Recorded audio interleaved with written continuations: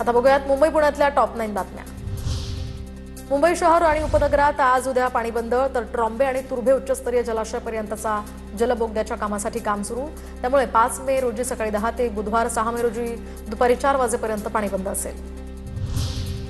Missing लिंकवर सेल्फीसाठी थांबलेल्या वाहन चालकांवर दंडात्मक कारवाई। नियमांचं उल्लंघन करणाऱ्या 98 वाहन चालकांना दंड ठोठावला। थांबलेल्या प्रत्येक वाहन चालकाला 500 रुपयांचा दंड ठोठावल्याची माहिती। कामाठीपुरा पुनर्विकास प्रकल्पासाठी म्हाडानं विकासकाला स्वीकृती पत्र दिलं, तर साधारण दिवाळीच्या दरम्यान पुनर्विकासाच्या कामाला प्रत्यक्षात सुरुवात होणार। 60 ते 65 मजली टोलेजंग इमारती उभ्या राहणार।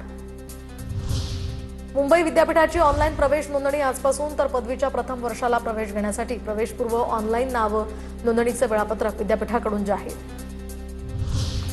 नेस्को ड्रग पार्टी प्रकरणामध्ये आरोपी विनीत आणि आयुषच्या पोलीस कोठडीमध्ये वाढ, तर विनीत गौरेलनं आणि आयुष साहित्यला न्यायालयानं पोलीस कोठडी सुनावली, तर ड्रग पार्टीमध्ये दोघांचा मृत्यू झाला होता। पाणी संकटापासून पुणेकरांना काहीसा दिलासा। 31 मे पर्यंत पुण्यामध्ये पाणी कपात होणार नाही। पाणी आढावा बैठकीनंतर महापौर मंजुषा नागपुरे यांची ही माहिती।